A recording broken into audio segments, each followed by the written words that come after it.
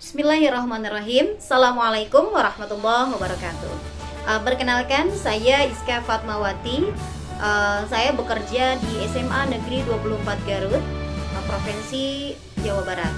Hari ini saya akan berbagi informasi terkait dengan sesuai dengan mata pelajaran yang saya ampuh, yakni pendidikan agama Islam. Yang saya akan bahas di sini tentunya ada beberapa strategi yang saya gunakan untuk mengatasi masalah belajar dalam pendidikan agama Islam.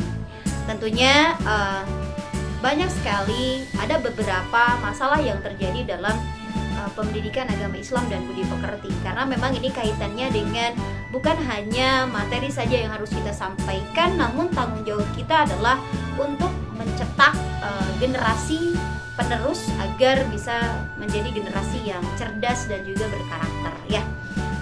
Selanjutnya, strategi di dalam pembelajaran itu memang dapat diartikan sebagai cara guru dalam mengolah pembelajaran sehingga dapat mencapai tujuan daripada pembelajaran secara optimal.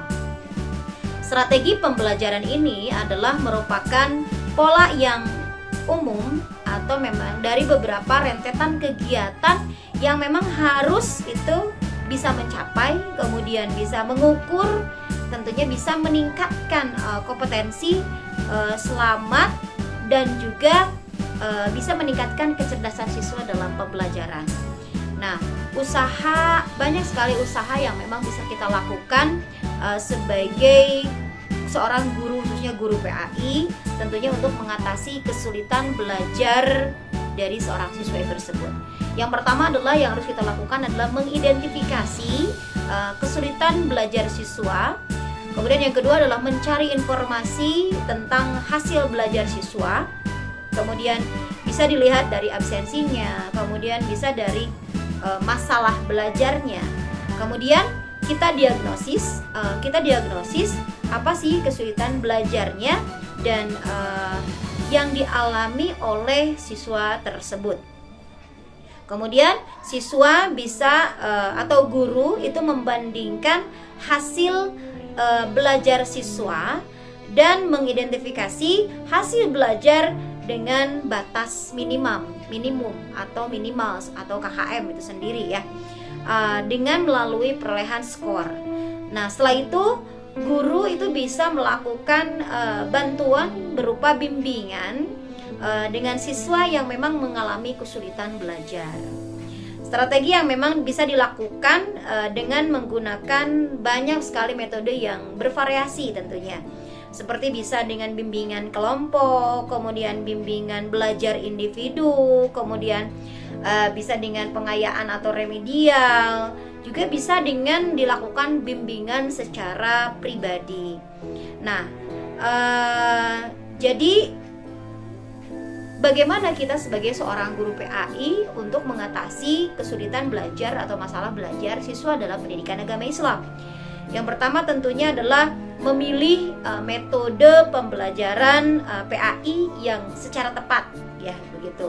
Sehingga siswa itu tidak mengalami hal-hal yang bosan atau menjenuhkan ketika dihadapkan dengan mata pelajaran PAI. Seperti itu ya. Jadi seperti halnya dalam pandangan siswa itu PAI itu hanya hafalan Quran lah, kemudian ceramah lah, kemudian membaca Al-Quran lah, dan lain sebagainya gitu ya.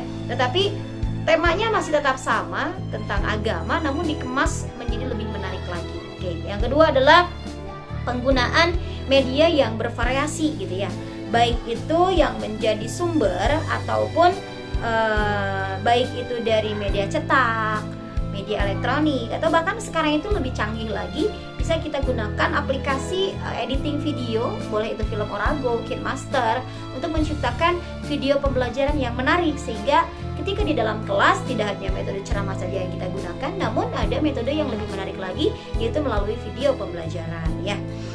Kemudian selanjutnya kita sebagai seorang guru agama, khususnya guru PAI, tentunya harus memberikan motivasi kepada para siswanya ketika selesai pembelajaran.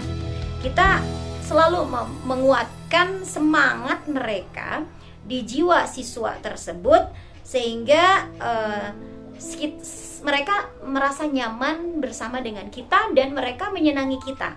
Karena ketika seorang siswa sudah menyukai gurunya, maka insya Allah apa yang disampaikan gurunya itu bisa cepat difahami oleh siswa. Beda paradigma ketika siswa tidak menyukai guru, itu pasti materi yang disampaikan oleh guru tidak akan sampai kepada siswa tersebut, gitu ya. Oke, jadi harus ada ketenangan, kebahagiaan di dalam pembelajaran sehingga siswa itu mudah menerima pelajaran, ya. Kemudian guru juga harus memiliki strategi pembelajaran sehingga peserta didik itu mampu memahami dan juga mengerti apa yang disampaikan oleh seorang guru tersebut, gitu ya.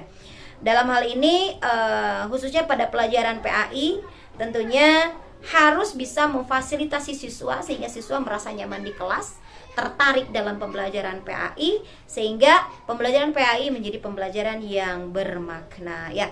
Guru tugasnya adalah sebagai fasilitator dan sebagai pembimbing dari siswa itu sendiri, ya. Tentunya yang harus selalu memberikan motivasi kepada siswanya, khususnya bagi siswa yang memang sulit sekali dalam pembelajaran, ya.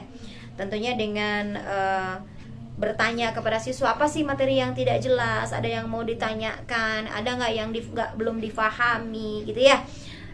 Tentunya seorang guru itu harus menjadi guru yang menyenangkan dan juga guru yang kreatif, sehingga ketika guru yang kreatif, guru yang hebat itu bisa menciptakan siswa yang hebat juga, ya. Itu saja mungkin yang bisa saya sampaikan, semoga bermanfaat. Wallahul muwaffiq ila thoriq. Assalamualaikum warahmatullahi wabarakatuh.